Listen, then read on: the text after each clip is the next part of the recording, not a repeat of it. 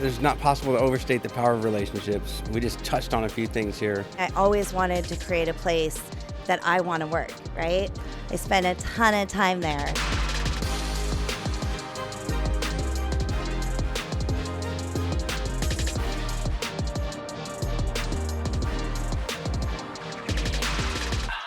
Hey Restorers, thanks for checking out a fresh episode of the Restoration Masterclass Season 3, sponsored by Answer Force. We are talking about power skills this season, and I love it. This has been a really fun season so far to sit down and chat with people about power skills, which really is soft skills, but a much more fun term for soft skills.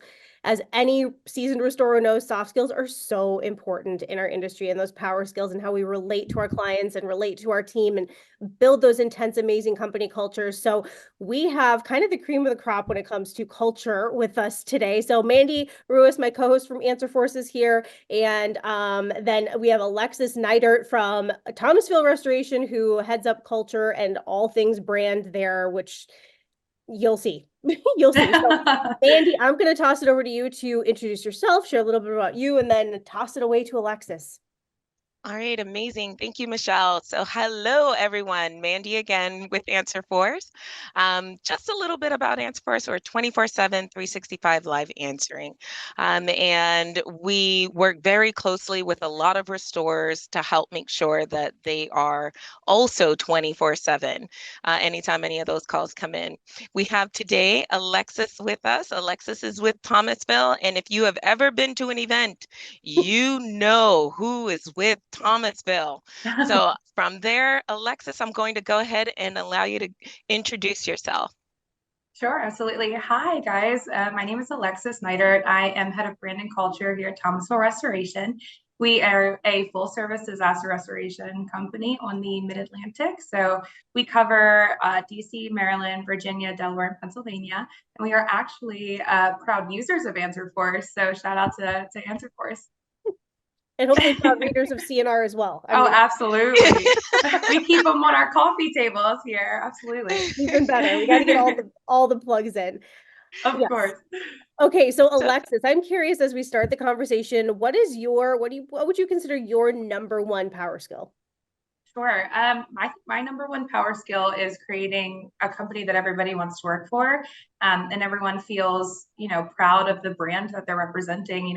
Mandy touched pretty well on the fact that when we do show up to conferences or events, that we roll deep and we roll strong, and it's because our company has and our teammates have such a deep pride in our brand, and our organization as a whole.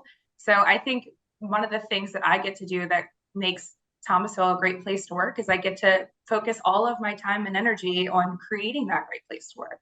So I think that's probably my power skill.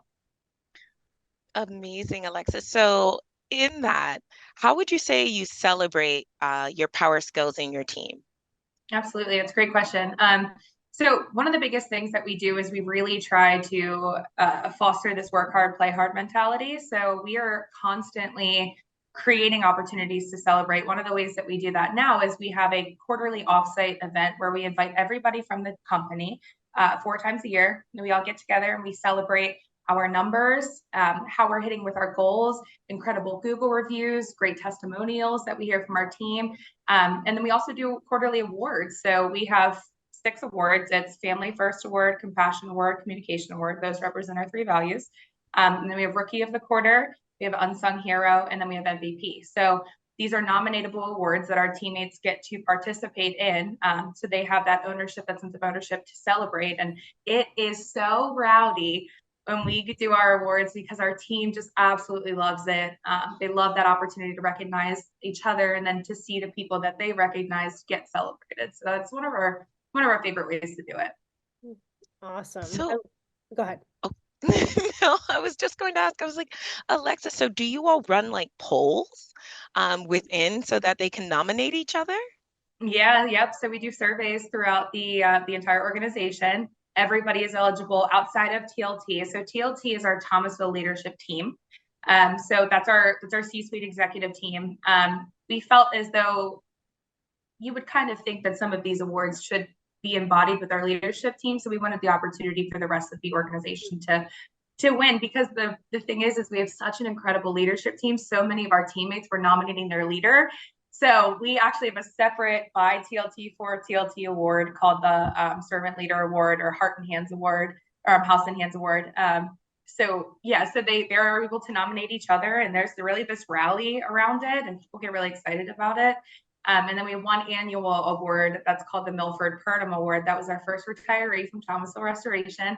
And it's an award that embodies everything that we would want to see from a teammate, somebody who is not afraid of getting their hands dirty, and who works hard and is so nurturing and caring to our customers and to their team. So so we do poll, and it's really, really fun. People really get into it. And then the best part is we share inside of, during our offsites, we share the actual statements that people made. Like, this person did an absolutely amazing job last quarter being really compassionate to a very difficult customer, because we all have them, right? Customers can be difficult, but it's about how you approach them, the compassion that you use. So, everybody can see what they were nominated about, so they know how their team feels about them.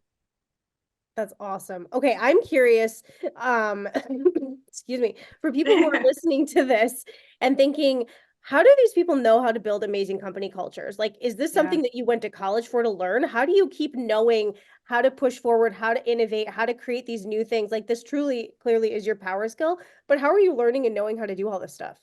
Yeah, absolutely. So no, I did not go to college. I truly believe that I was put on this earth to do this, to create an environment for people, because, I heard a statistic one time that said 80% of millennials hate where they work. Well, that's terrible. That's so disappointing.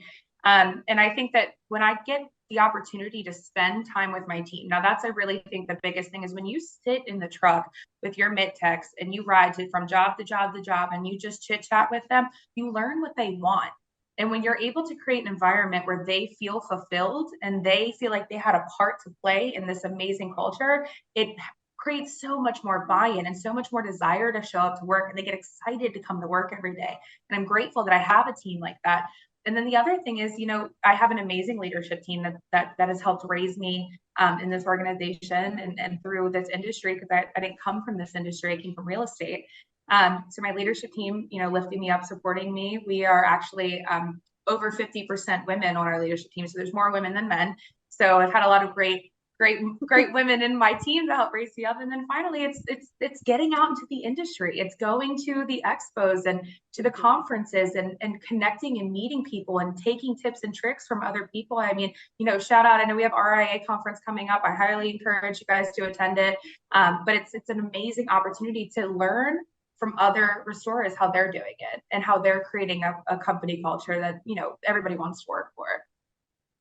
Fun stat for this year's RAA show, since we're talking about it, over 40% of the attendees and registrants so far are new attendees that have never been before, which is again going to be so exciting for like getting knowledge and expertise from people who have been outside of this realm and stepping into it. So I'm excited. Okay, Mandy, off my RAA pedestal. Go ahead.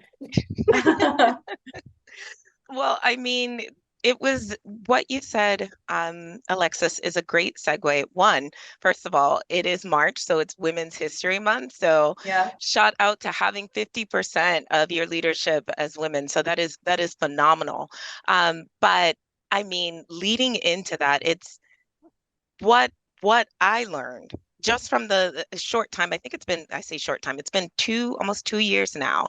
And I met you all at a conference.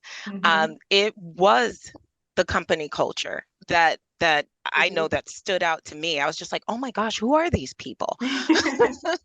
So, I mean, going into the next question is, how is it that to kind of close this off, but how is it, or what recommendations would you give to restorers, others in this industry, on being able to create a company culture? I did hear the one thing I know that stood out to me, which is you actually ride along with your techs, and that is phenomenal. But any other tips or tricks? Yeah, absolutely. And, one of the biggest things that I hear come up when I'm having these conversations at the conferences is that we don't have the money to invest. And so I always challenge that concept, because there's so many things that you can do to invest in your company culture that do not require money. But the thing is that one of the hardest sacrifices you can make as a person is donating time. And so, like I said, getting in the truck when you have an inbox of 300 emails, to get in the truck and to sit there and be focused and be present is difficult. But that is where some of the best ideas for our company culture, our team building events. We started a soccer team, a Thomasville soccer team, based off of a conversation I had in the car with a couple guys who said they love soccer. So that's one thing. So definitely getting out and listening to your team. The other thing I always suggest is find your cheerleader. Who is that person in your office that always makes sure that for a special birthday, there's a birthday cake, or they might order pizza or might decorate a cubicle? That person is a person who truly believes in your organization, who isn't going to subscribe to water cooler talk, who is going to encourage leadership to do what's going to be best to create an environment that everybody wants to show up to work and is happy to do so. So find your cheerleader and talk to them, because your cheerleader probably has a pulse on what's going on, and just be ready to accept whatever comes. We're going to have to be positive, but it takes, looking some serious truth in the face to recognize that, okay, it's time we need to make a change. And then another thing is like a healthy competition. There's it creates some goals. If you don't have goals already, I always say make sure you have mission, vision, values clearly lined out so your team can get behind those things. But then create some goals for your team, and even if they're non-numeric goals, majority of our goals are numeric goals, are metrics that are tangible, but some of them are qualitative metrics. So I don't really have a number. I'm the spender in the company. I don't really make the money, but I have metrics that are qualitative. How great was that experience? So create those goals for your team, something that they can look forward to. And sometimes it's going to be having a pizza party and being willing to make it mandatory the first time, because our first offsite we had to make mandatory, and now it's the number one most looked forward to event is going to these offsites. And then if you make it mandatory, you have to compensate your team. But if you are willing to invest the time into it and building it, you will absolutely be successful. It does not require money, it requires time. So.